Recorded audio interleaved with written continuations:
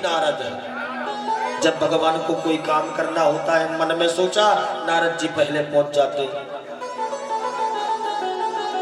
नारद जी ने आकर संबरासुर को समझाया, बोले महाराज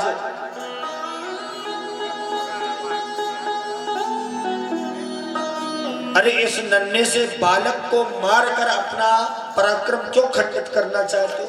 अरे कहा आप जैसा महादैत्य महाराज और इतना नन्हा सा बालक है जो कि अभी सूतक में था, अरे इसको मार करके क्यों अपना पराक्रम नष्ट करते? लोग क्या कहेंगे कि इतना बलवान संबरासुर ने एक बालक का वध किया।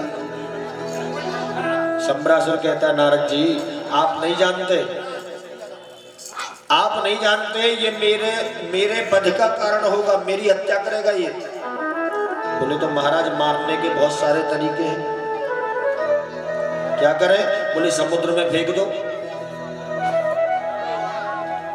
संबरासुर ने प्रद्युम्न को समुद्र में फेंक दिया और समुद्र में एक मछली उसको निगल गई। और देखिए भगवान की कृपा जिस पर हो उसका बाल बांका नहीं हो सकता। भले ही लाख प्रयत्न कर ले कोई, लेकिन जिस पर ईश्वर की कृपा होती है कभी उसका बाल बांका नहीं हो सकता। आज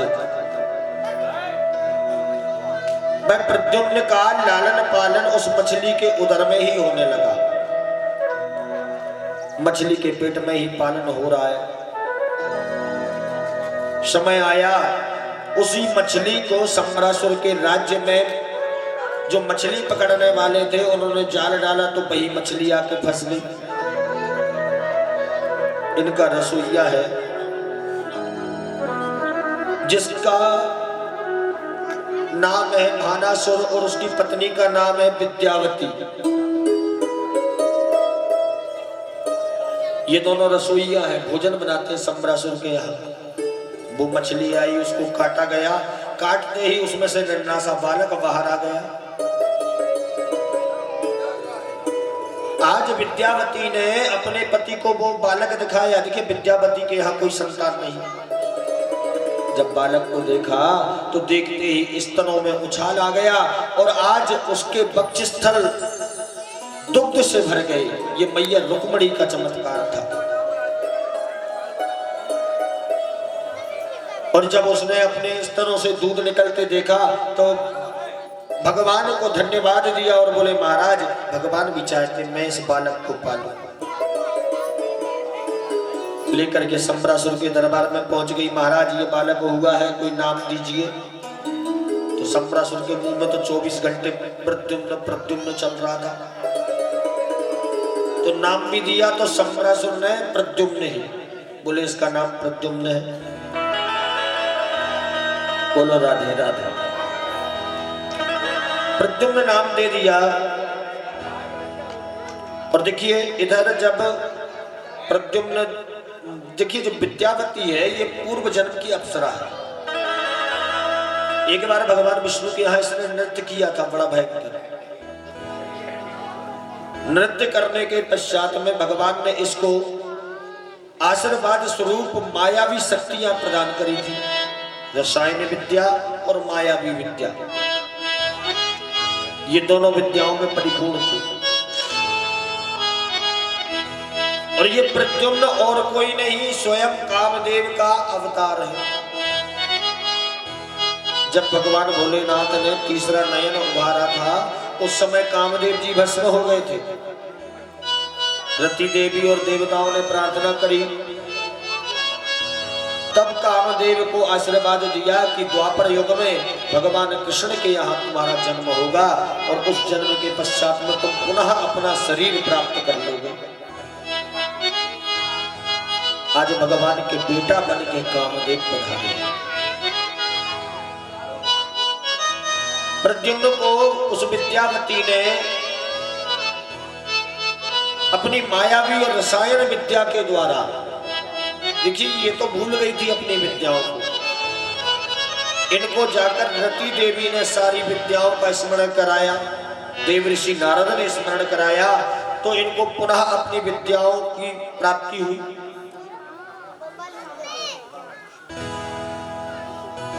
इसने रसायन विद्या और मायावी विद्या से प्रद्युम्न को शीघ्र ही बड़ा कर दिया।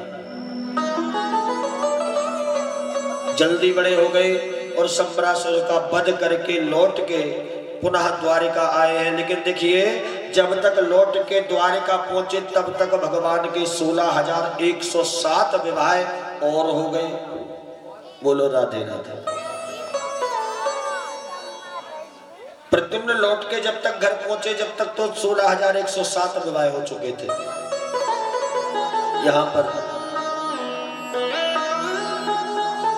महाराज परीक्षित ने प्रश्न किया कि हे भगवान, एक बात बताइए, 16,107 विवाह कैसे और कब भगवान के हुए? तब कहते हैं कि भगवान का दूसरा विवाह भालू की बेटी जामवंती के साथ हुआ। परीक्षित जी ने फिर प्रश्न कर दिया, बोले महाराज एक बात बताइए कि भालू की बेटी जामवंती, तो भला इंसान और भालू के बीच में विवाह कैसे हो सकता है? तब कथा सुनाते हैं। एक राजा है जिनका नाम है सत्राजित। सत्राजित राजा के यहाँ एक मणि है जिसका नाम है स्यमंतक। उस मणि का एक चमत्कार है कि वह रोज 8 भार सोना देती है। प्रतिदिन 8 भार सोना निकलता है और एक भार जो होता है वो 25 किलो का माना जाता है। यानी कि रोज 2 कुंटल सोना उस मणि में से निकलता था प्रतिदिन। एक बार सत्राजित राजा द्वारिका में पधारे। भगवान ने प्रश्न किया, महाराज आपके पास जो स्यमंतक मणि है वो 8 भार सोना देती है और आप इतने सोने का करते क्या है? और वैसे आप लोग हैं कितने? तो कहते हम 3.5 लोग हैं। मैं हूं, मेरी पत्नी है, मेरा छोटा भाई प्रसेन है और मेरी एक छोटी बहन है जिसका नाम है सत्यभामा।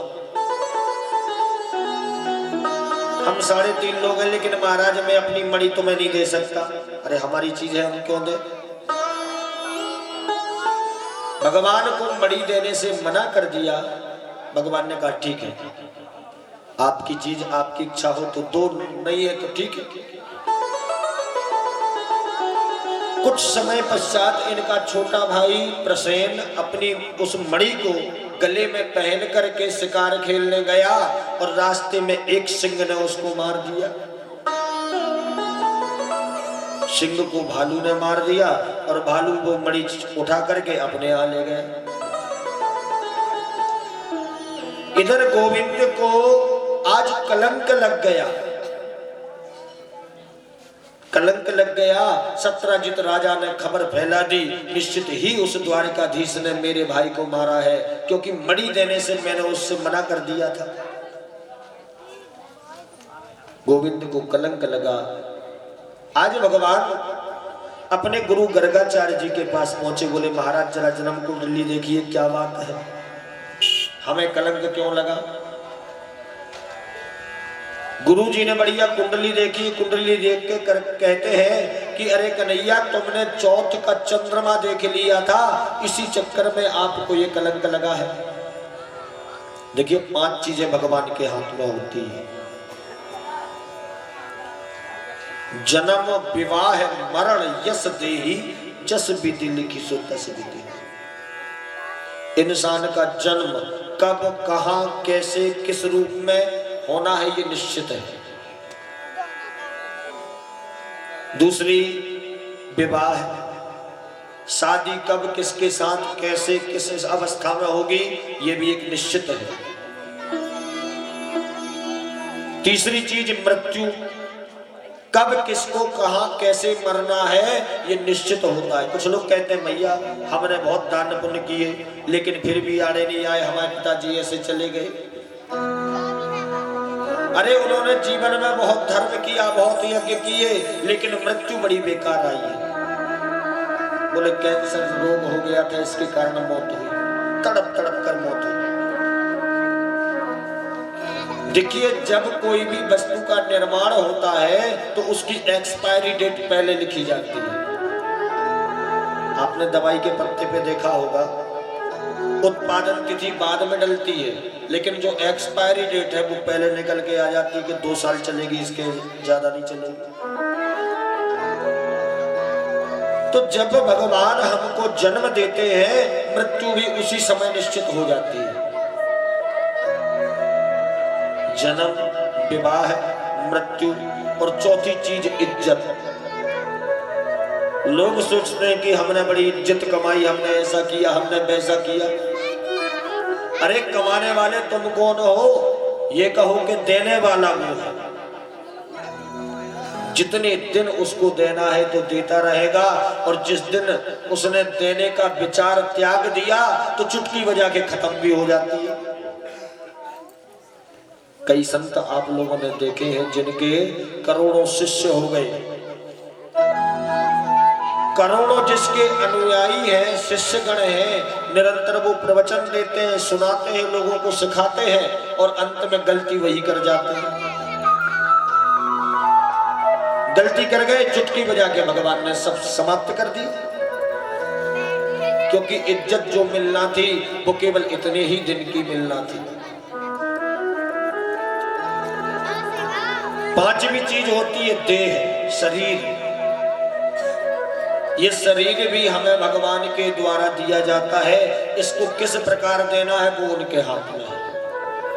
कई ऐसे दुबले लोग आपने देखे होंगे जो अगर भोजन करने बैठ जाए ना तो 25-25 रोटी अकेले खा जाते हैं।